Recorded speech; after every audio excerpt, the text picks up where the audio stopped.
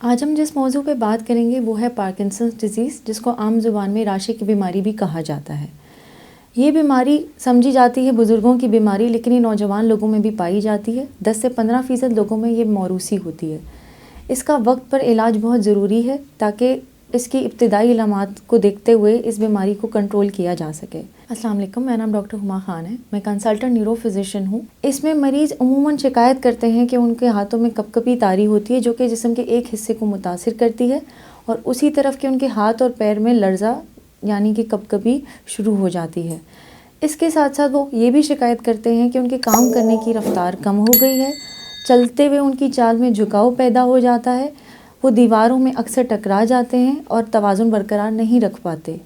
اس کے ساتھ ساتھ ان کو کچھ اور علامات بھی ہوتی ہیں جو اس بیماری کی شروع ہونے سے کئی سال پہلے واضح ہونا شروع ہو جاتی ہیں، جیسے کہ قبض رہنا، کم نیند آنا، اور رات میں سوتے ہوئے ہاتھ پیر چلانا، ڈپریشن ہونا، طبیعت میں بے چینی یا تناؤ رہنا۔ اس کے ساتھ ساتھ مریض کے سونگنے کی صلاحیت میں بھی تبدیلی آتی ہے، وہ چیزوں کو سونگنے میں دشواری محسوس کرتے ہیں، وہ محسوس کرتے ہیں کہ وہ پہلے سے بنسبت اب جو ہے ان کی جو رفتار ہے وہ کم ہو گئی ہے۔ وہ اکثر جو ہے ایسے جب بات کرتے ہیں تو ان کی آواز سمجھ میں نہیں آتی، وہ بالکل تیز رفتار سے بات کرنا شروع کرتے ہیں، چلتے چلتے ان کی رفتار بہت تیز ہو جاتی ہے اور وہ چیزوں میں ٹکرا جاتے ہیں۔ اب بات کرتے ہیں کہ یہ بیماری کیوں ہوتی ہے۔ اس بیماری میں دماغ کا ایسا حصہ متاثر ہوتا ہے جو ہماری جسم کی حرکت کو کنٹرول کرتا ہے، ان کو آپس میں کوآرڈینیٹ کرتا ہے۔ اس پورے سسٹم کو ہم ایکسٹرا پیرامیڈل سسٹم کہتے ہیں، جس کا جو حصہ متاثر ہوتا ہے وہ بیزل گینگلیا اور مڈ برین کہلاتا ہے۔ اس میں ایسے خلیے موجود ہوتے ہیں، ایسے نیورون موجود ہیں جو ڈوپامین بناتے ہیں، ایک ایسا مواد بناتے ہیں جو ہمارے جسم کی ہر حرکت کو کنٹرول کرتا ہے، اور تھوڑا سا بھی اس میں اونچ نیچ ہو جائے یا بے ترتیبی آ جائے تو ہمارے ہاتھوں اور پیروں میں لرزہ یعنی کہ ٹریمر سٹارٹ ہو جاتے ہیں، اور اس کے ساتھ ساتھ پارکنسن ڈیزیز کی دوسری علامات بھی آنے لگتی ہیں۔ جب کوئی اور وجہ ہمیں نہیں ملتی تو ہم اس کو ایڈیوپیتھک پارکنسن ڈیزیز لیبل کرتے ہیں، لیکن کوئی ایسا مریض جس کو پہلے بہت بار فالج ہو چکا ہو یا کبھی سر پر چوٹ لگی ہو، ایسے مریض میں بھی یہی پارکنسن کے سمٹمز آ سکتے ہیں، جس کنڈیشن کو ہم پارکنسونزم کہتے ہیں۔ اس بیماری کے علاج کے لیے ہمیں دیکھنا ہوتا ہے کہ مریض ہمارے پاس کن ابتدائی علامات کے ساتھ آیا ہے۔ اگر مریض کو بہت زیادہ لرزہ ہے اور اس کے علاوہ اس کی کوئی شکایت نہیں ہے اور اس کی عمر کم ہے تو ہم ان کو اینٹی کولینرجکس نام کی دوائیاں دے سکتے ہیں۔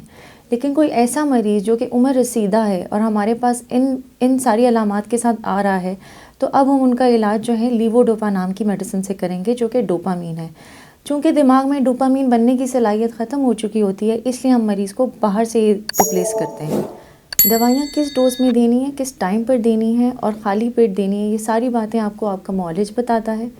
اس کے ساتھ ساتھ آپ کو یہ بھی بتاتی چلوں کہ یہ دوائیاں ہم بہت کم ڈوز سے شروع کرتے ہیں، اور پھر اس کے بعد ہم آہستہ آہستہ مریض کے علامات کو دیکھتے ہوئے ان کی ڈوز بڑھاتے ہیں۔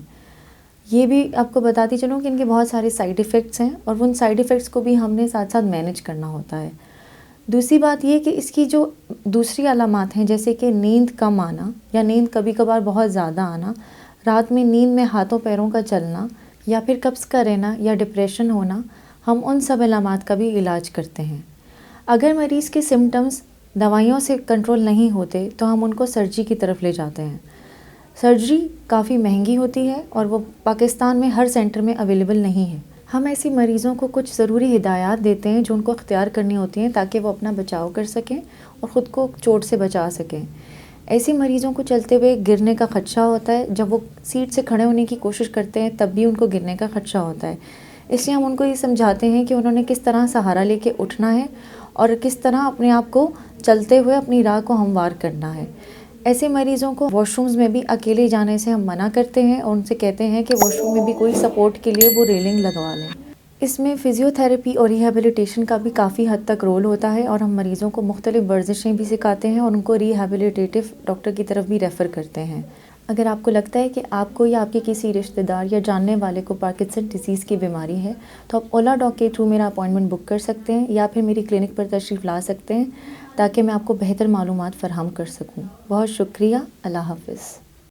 پاکستان کے ٹاپ ڈاکٹرز کے ساتھ اپوائنٹمنٹ بک کریں، وہ بھی پیشنٹ فیڈ بیک دیکھتے ہوئے۔ آج ہی اولا ڈاک ایپ ڈاؤن لوڈ کریں۔ اولا ڈاک، ڈاکٹر کا اپوائنٹمنٹ آسانی سے۔